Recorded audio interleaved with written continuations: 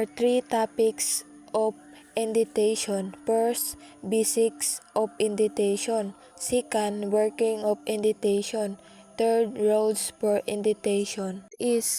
Indentation is the leading white piece before a statement in Python. So indentation is the leading white piece is a front page enter to your keyboard. There are two purposes. First, improves readability.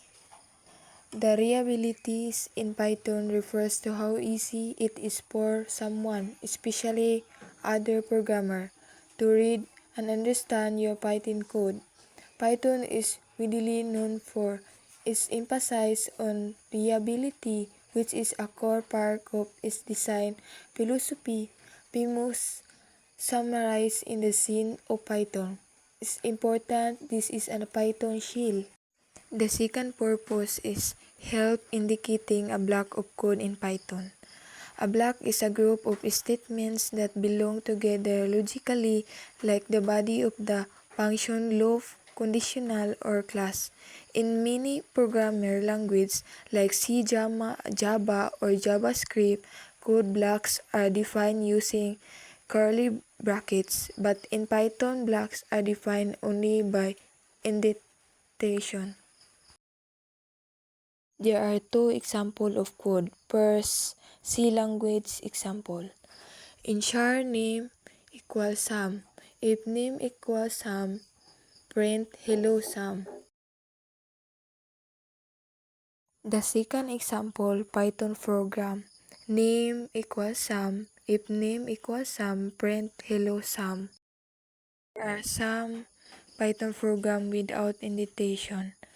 Name equals Sam. If name equals Sam, print hello Sam. Else, print hello Dune, friend, how are you? Means not using extra space or tabs at the beginning of a line of text or code. In with indentation. Name Sam. If name equals Sam, print hello Sam. Else print hello do, print how are you? Means that a line of text or code begins with space or a tab before the actual content.